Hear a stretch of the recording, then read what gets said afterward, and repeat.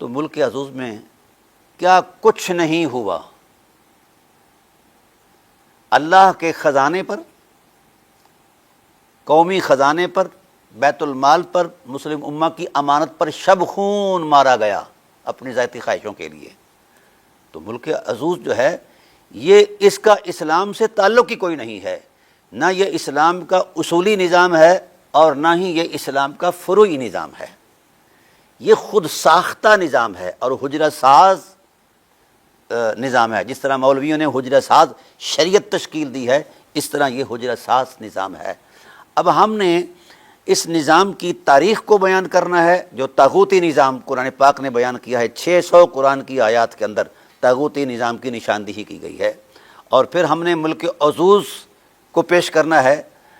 اگر ملک عزوز اسلامی نظام قرار پاتا ہے مزاج نبوت کے مطابق اور مشیت الہی کے مطابق تو ہم سر تسلیم خم کریں گے۔ اگر ملک عزوز طاغوتی نظام کے ساتھ ملتا جلتا ہے تو پھر اس نظام کو خلافت کہنے والے کو شرم آنی چاہیے۔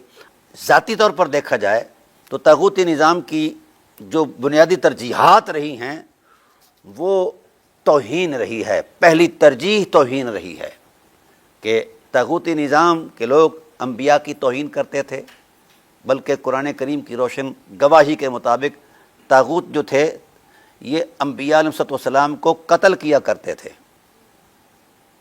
یہ ہے ہسٹری طاغوتی نظام کی، اور پھر جتنے بھی دیندار ہوتے تھے ان کی اہانت، توہین اور ان کو مارنا یہ طاغوتی نظام کا حصہ تھا، اور وہ کرتے رہے۔ تو اگر اموی دین والوں کا رویہ دیکھا جائے تو 22 سال تک ابو سفیان رسول اللہ صلی اللہ علیہ وسلم کے قتل کے منصوبے بناتا رہا اور بے تحاشا سرمایہ خرچہ کرتا رہا۔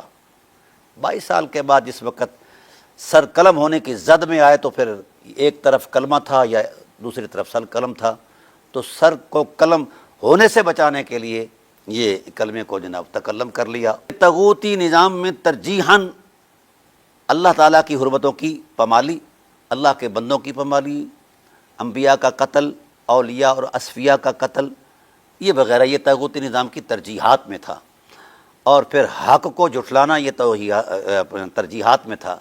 تو سو ایسے ہی یہ اموی نظام کے اندر بھی جتنی توہین کی گئی ہے اہل اللہ کی، اصحابہ کرام کی، اور باضابطہ انداز میں کی گئی ہے اور بطور نظام کی گئی ہے یہ توہین، یہ بڑی عجیب سی بات ہے۔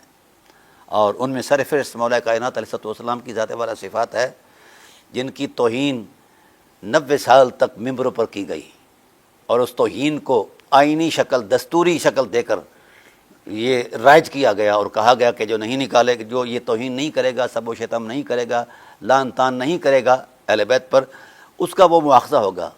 بلکہ یہ جو ماموں پارٹی ہے، ان کے ماموں کا استقبال جب ہوتا تھا وہ مولا کائنات کے ذات پر لعن طعن سے ہوا کرتا تھا۔ تو گویا ان کا جو طرز معاشرت ہے اموی دین والوں کا، وہ توہین سے ہی شروع ہوتا ہے اور توہین پر ہی جناب والا اختتام پذیر ہوتا ہے۔ اور توہین کس کی؟ رسالت کی بالواسطہ۔ توہین کس کی؟ اصحاب رسول کی۔ توہین کس کی؟ حرمات کی، حرمتوں کی توہین، بیت اللہ کی توہین، بیت الرسول مدینہ طیبہ کی توہین۔